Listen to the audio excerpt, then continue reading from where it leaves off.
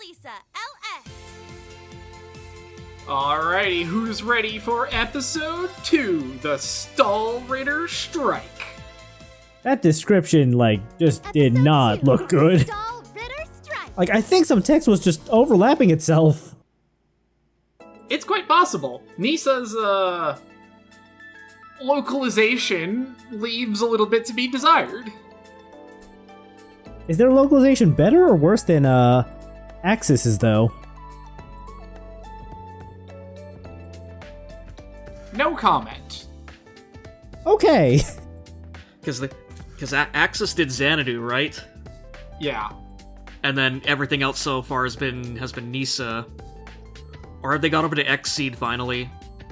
No, Xseed originally had it, but then Xseed doesn't actually have programmers on staff, so that's part of the reason that Nisa took over, was because they could actually do PC ports and stuff, where Xseed had to farm that out.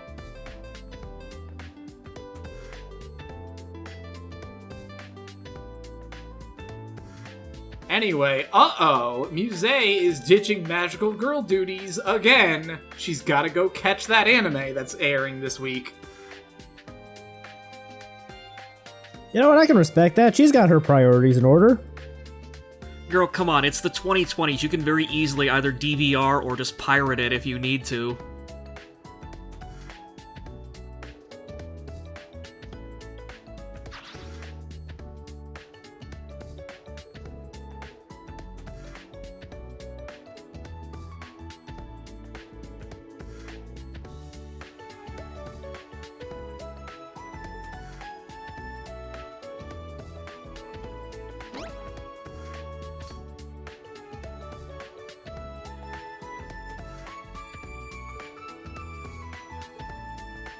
You think Ko's looking out his window and seeing this shit and going like, what? Magical Girl Alisa in the real world, it's just like my Japanese animes. Wait a minute, I live in Japan. What the fuck? It was just like his normal animes.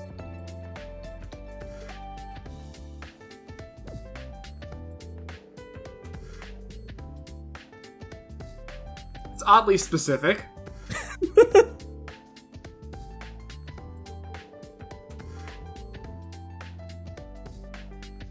You know, if I felt the sensation of stepping on something soft and squishy but I couldn't find it, I would just assume I stepped in poop or something.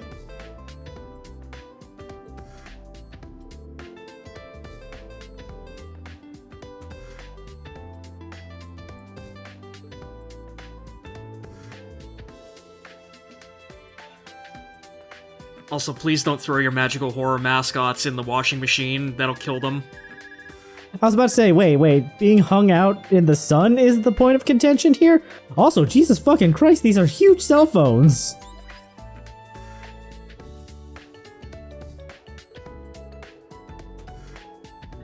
Yeah, I thought they were basically just giant tablets in the first video, but no, they flip out and they're giant phones, I guess. I know some people really like the whole, phablet thing, but, I don't think you're supposed to combine tablet with a flip phone. I mean, there are a depressing number of those on the market now. They don't look very good, but, who am I to say?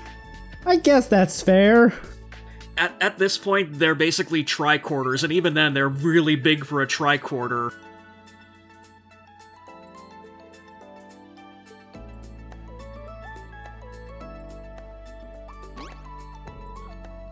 I want to see one of them try to actually use it as a phone, just flip it out and put it right up to their ear so it just covers their face up completely.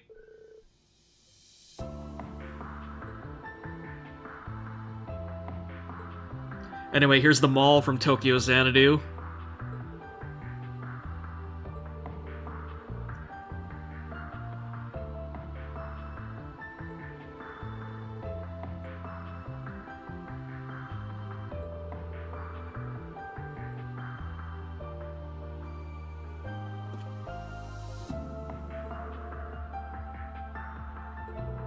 I feel like you should be heading upstairs right now and just getting that last fortune read from Sadie that you missed in the original Xanadu LP. Like, who was it that you didn't get in time for the end game? Was it like Shio or? I think it was Shio was the one that I missed. Cause yeah, that was the name that jumped out at me immediately. Was he forgot Shio, didn't he? Like, oh shit, the cops are here.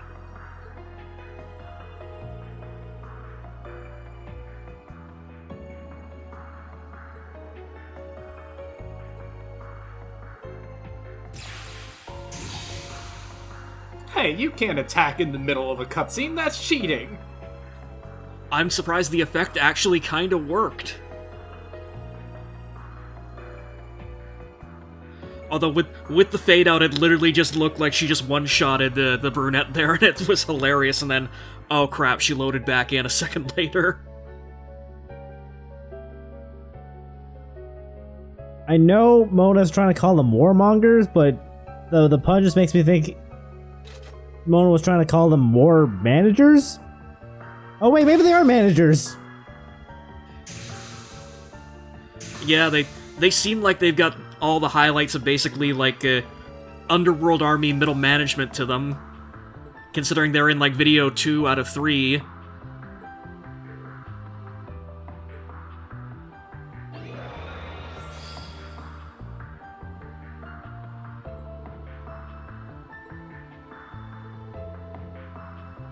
Also, again, it looks like she just showed up, said, "Not so fast, I'll handle this," then teleported away.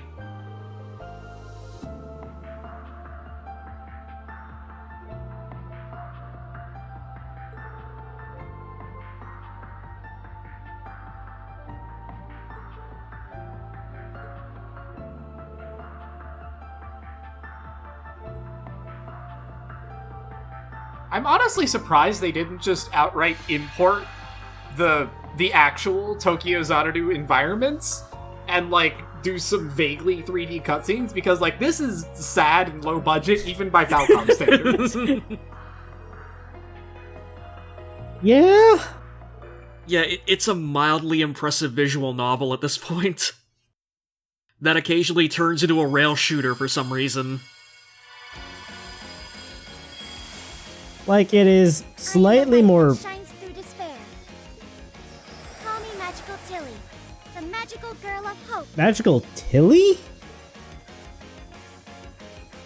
How do you get an even more fucked up pronunciation than what I did at the start of the first video? So here's the thing, right? Altina is, by different characters in this game, abbreviated to Tilly and Allie. And the game doesn't... It's inconsistent, we'll say, which one it goes with. Inconsistent, which is just code for doesn't give a shit. Because the next time she has a voice line, it will be Magical Allie. Ugh. Oh, Jesus fucking Christ. They couldn't even be bothered to, like... Ah... I mean, this localization is broadly not very good. Like, there's bad typos all over the place. There's, one of the characters in another minigame is like, actively called his brother's name. So again, we're back into Ryota's Funkle, territory here. Oh, Tokyo Xanadu localization, I've missed you so much. I forgot about Ryota's Funkle. Hope is here. I'm Magical Allie. That's not who you said you were like a minute ago, but okay, sure, let's go with it. Right Oh, this looks even worse than last time. So, Magical Allie's gimmick is that she shoots very fast. Her shots are weaker than all of the others, but she theoretically makes up for it with a larger quantity of them. In practice, she's just a worse Yuna. So basically, yeah, her special ability is just destroying the screen quality even more. At least she's giving us a blue smear rather than just like a gray and black smear? Ah. Ah. Yeah, I don't feel like the whole death by 1,000 cuts things really works too well for a shoot 'em up. Just like where my mind is going to again right now is again like Panzer Dragoon Orda, where you get this sort of similar thing of like you can shift between like the different forms of the dragon, and like each form has like, you know, different abilities, where like one form has like sort of Ali's ability where it's just rapid fire but very weak shot, but like the special ability is like it's the only form that can like heal you by like doing a burst attack and like sucking the strength out of like any like enemies that are on screen, whereas like you've got another form that's like the big slow heavy hitter, but again like can't heal itself and can't move that fast, and then the normal form, which is sort of the balance between the two. But oh Jesus, it literally looked like the screen was just shaking even more. But yeah, I couldn't tell. I can't decide whether or not I think this is from like Kirby Planet Robobot or Armored Core. yes. This is a very wide robot design. It is, which reminds me a lot of the Robobot.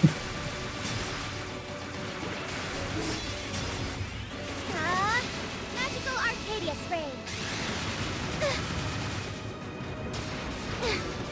Oh, hello. Yeah, the only thing that makes this boss even, like, that's even vaguely threatening is that it will occasionally just charge at you with its shield, and it takes up, like, half the screen when it does. Yeah, like I think that's the first time you've been hit like ever so far, right? It's not the first time I've been hit outright, but it's the first time I've taken any sort of major damage. Not that it's really mattered all that much.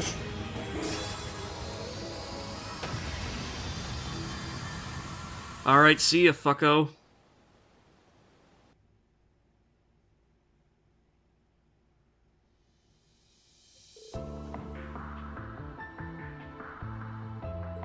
And now we're just under the underpass for some reason. Well, yeah, we escaped from the mall. This would be where the first Xanadu was, I think? Yeah, it was. It's also where we'd find Shio being the Shanison dude on the regular. Yeah, but he does that in a lot of places around town. Yeah, it's where Shio beat the shit out of the dipshit twins, which, again, they were also here when the first Labyrinth opened up, or the first Eclipse opened up in Tokyo Xanadu.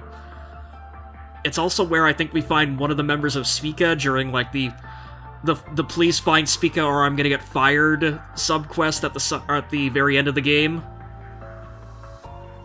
Where, like, Spica's manager's basically like, oh shit, I've lost all the girls. I've lost the girls in the middle of the apocalypse. You don't think you could do me a solid there, could you, Ko?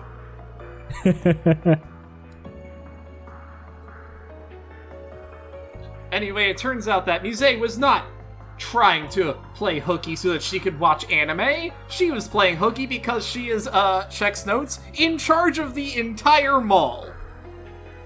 Okay. Sure. Okay. Did ChatGPT write this script or something? Once again, this is a plot point that is actually taken out of Cold Steel 3? Where, what, one of the party members is just the president of the mall for some reason? No, Muse comes on, like, she bills herself as just, you know, another student or whatever, and then it turns out that, oops, by the way, her uncle is the primary lord of, like, one of the 3 major houses of Erebonia. Oh, so it's just Mitsuki's arc again.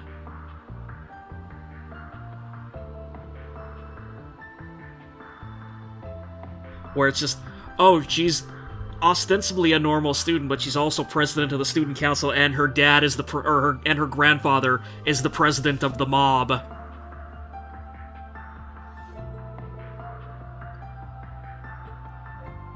Yes, but maybe more so in this case, because she is explicitly, like,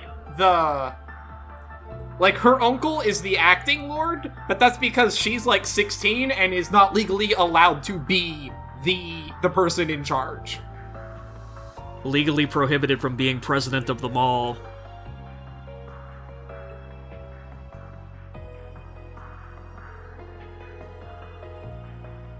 And then there's these fuckers for some reason, I guess.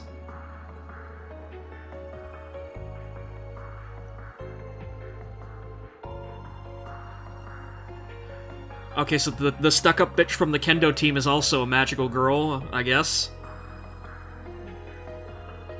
Close. She used to be a magical girl. Now, she has a giant magical sword instead. Oh. Yeah, I was gonna say, you can tell they're on a better level than the magical girls because they apparently also appear to be wearing actual pants. Yeah, I was gonna say, is it because they have actual dresses? Is that what makes them veterans?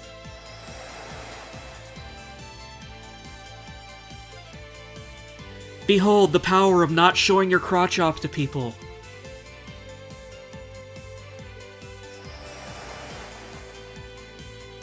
You know, I'm actually disappointed that it doesn't show Lara's sword, because it is in-game, it is actually about as big as she is. That is really disappointing, yeah.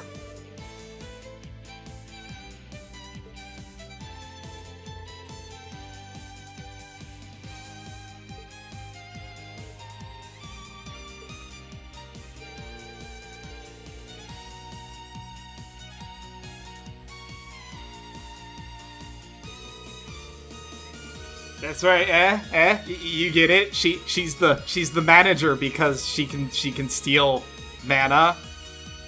The manager. Oh. I thought you were gonna say it's because just like managers in real life, they steal your will to live. That pun stole my will to live.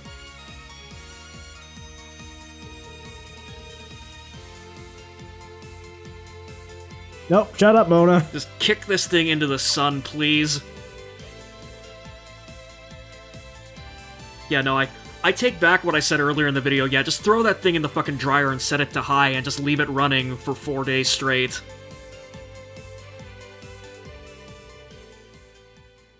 We are pro magical mascot cruelty here on this channel. Say, Alisa, we are counting on you to do the needful at the end of this episode.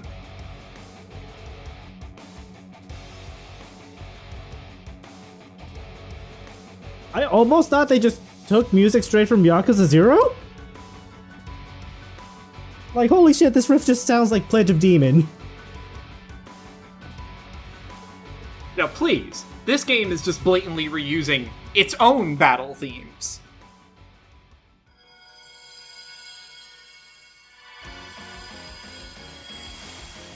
No fright is too big to scare me away. It's time for Magical Yuna, the magical girl of courage. My feelings will embrace the world in a tender light. I am Magical Muse, the magical girl of love.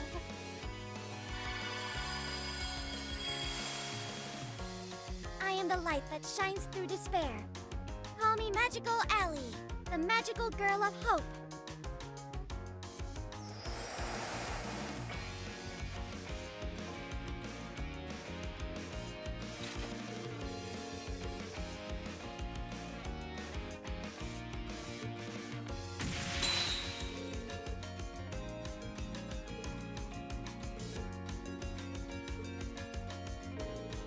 The fuck was that white line? Oh, see, that's her bow. Oh, okay. They have elected to only render, like, a square instead of her entire model.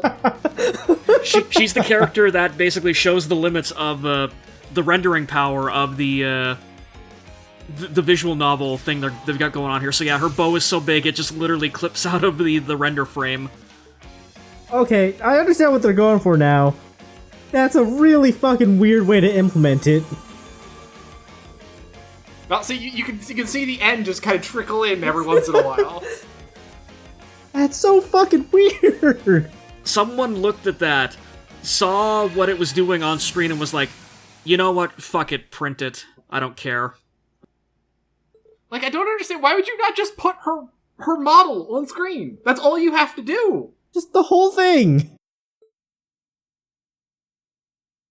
Because again, it was doing that in the in the recap video at the start of video 1, and like I didn't point it out because I was assuming that like one of you guys would have noticed it, but anyway, here we are at Kokonoe Shrine, I guess.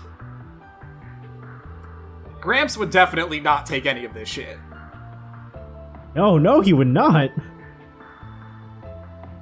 No, the Stall-Ritter would walk in and he would just like fucking suplex them.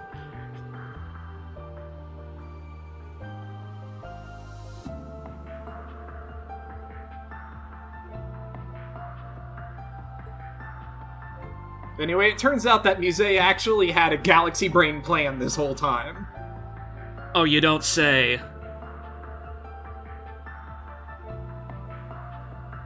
This is also a plot point that is stolen directly out of Cold Steel 4. I'm not joking when I say that this whole little minigame is basically Cold Steel 3 and 4 compressed into like an hour and a half. And then just seen through the lens of a magical girl show, rather than the far more, like, serious attempt that it makes for the capital P plot.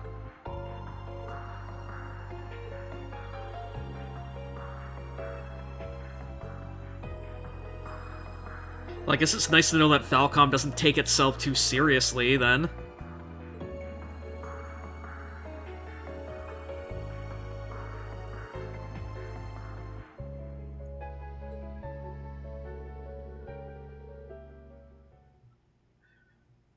So, like, again, what's the context in the actual Trails game this is taking place in for this to be happening?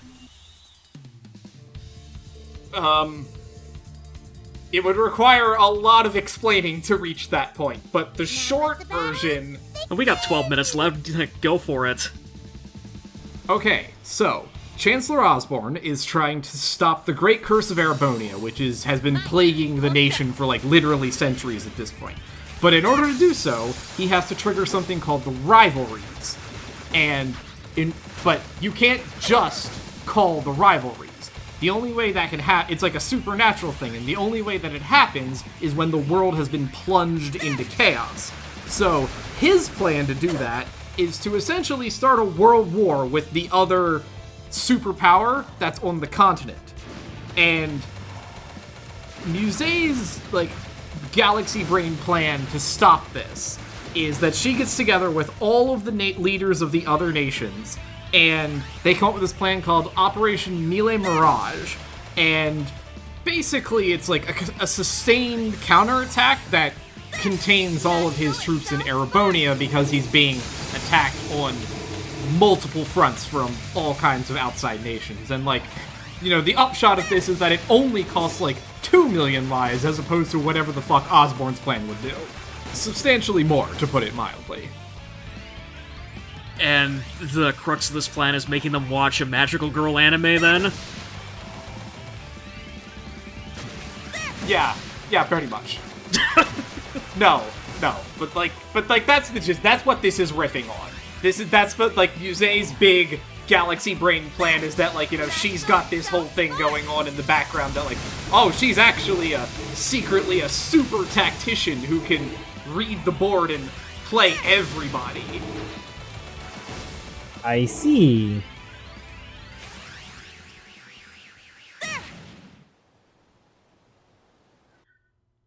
Shooting through the arch, well done.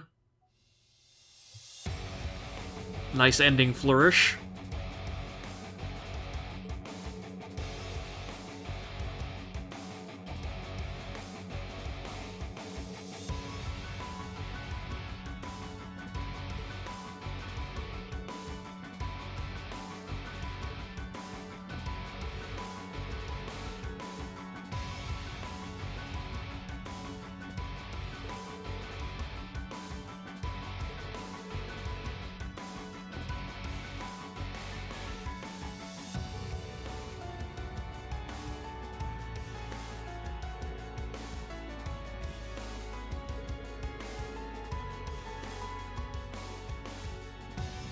this is more dangerous than we expected. Say the two women who have not done shit so far at all. Hey, Emma did the whole teleport spell that got them to, like, What? here. At least one of them has done something.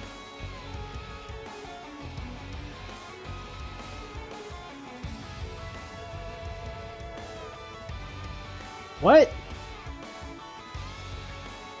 I can't believe you didn't pick up that the random girl in the middle of the street was secretly the leader of the Stall-Ritter. Duh. Nuh-uh? I had a feeling she would be important eventually. Just this is weird.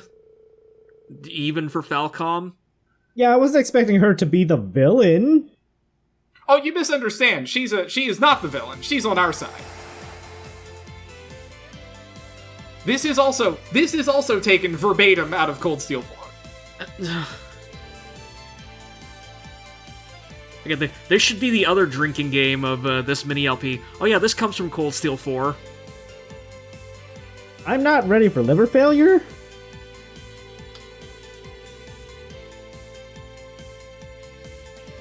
You know, despite everything, Yuna is the only one with her head in the game. You know what? This is stupid. Pick an enemy and get their ass. This is it! This is the end! We need to brace ourselves for anything to bring the Dark Prince back to his senses. So there's a sort of a gimmick here, in that, you know, you fight the one of them, and then the other hangs out in the background and shoots you with vaguely appropriate shots for their weapon of choice. Take this! It's not nothing. Magical Okay, cells sure. form. Also, we were talking over it, kind of, but the first time she used her special attack, I honestly thought she was calling it Magical Excel Spreadsheet.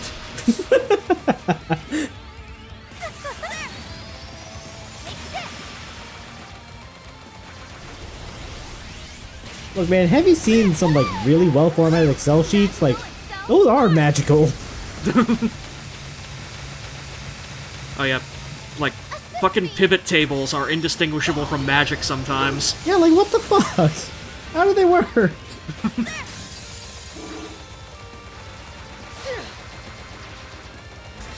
Meanwhile, again, I have no idea what the fuck is going on screen.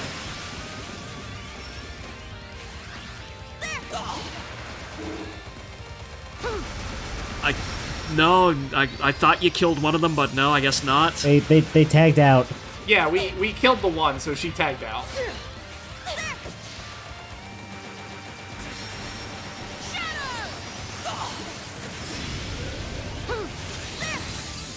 Okay, I know they're both barely moving, but at least the one in the background feels more appropriate because they've got a platform to stand on.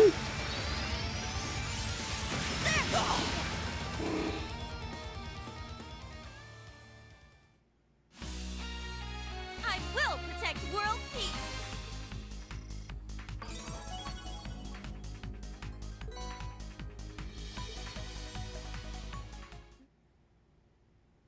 Again, since she's not actually supposed to be a part of any of these like cutscenes and stuff, you should just blur Alisa out of that victory screen. just to try and maintain the illusion.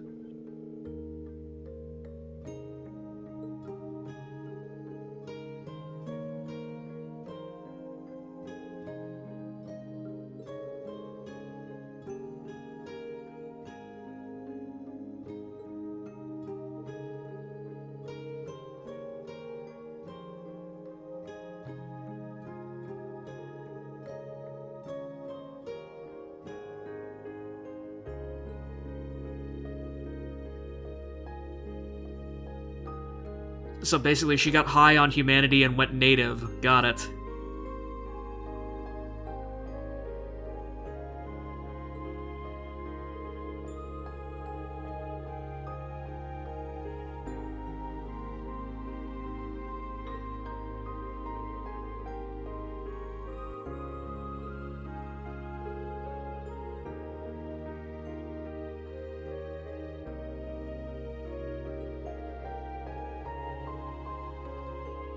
I know it's just the quirk of the animation engine and just her bangs going literally into her forehead model, but it kind of looks like when they bob up and down, like they're just randomly growing and shrinking.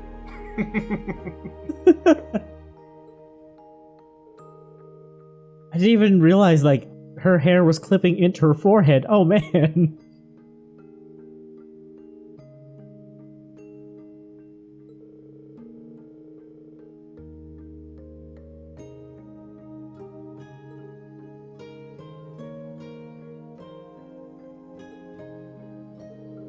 Are you telling me that you don't think that Duvali's hair is an example of the power of the PlayStation 5? Oh my god, this is a PS5 game? It's a PS4 game, but they did make a native PS5 version for the US release. This is a PS4 game?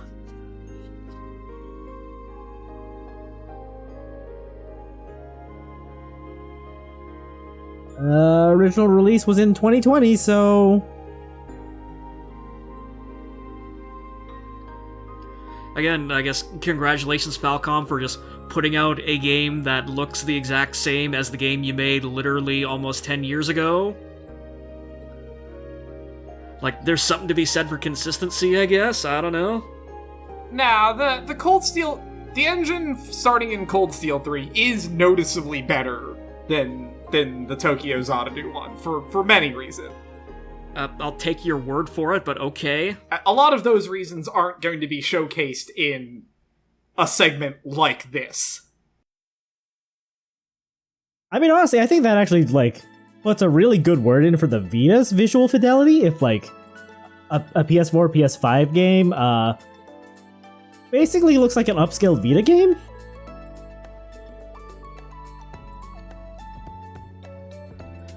That, or again, it's a stunning indictment on Falcom's part that they're making games for the PS4/PS5 that still somehow look like they should be on the Vita. Oh yeah, no, for sure that there is some elements of Falcom kind of mid-rolling it as far as visual quality goes. Like, again, we joked that Tokyo Xanadu was a product of Falcom's B team, but it's like, at this point I'm kind of thinking the B team is literally the only team they have.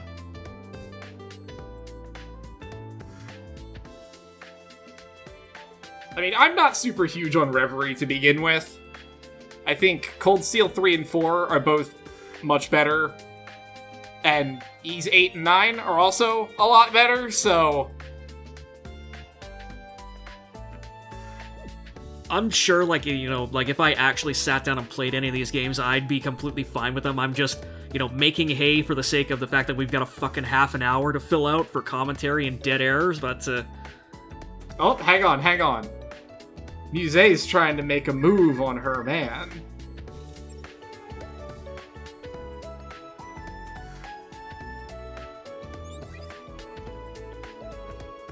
That is also something that is taken fucking verbatim from Cold Steel 4. oh god. Muse is, in theory, supposed to be, like, a troll, but instead of, like, actually writing her that way, they instead just make her fucking horny for Reen. All the time. It's, like, her only character trait. Sure.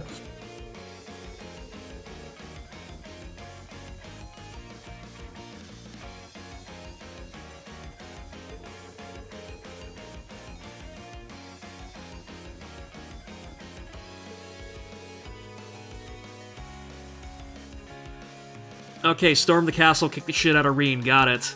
Next time on Magical Girl Alisa, Infernal Castle Siege. What? This will be the last episode? Thank God.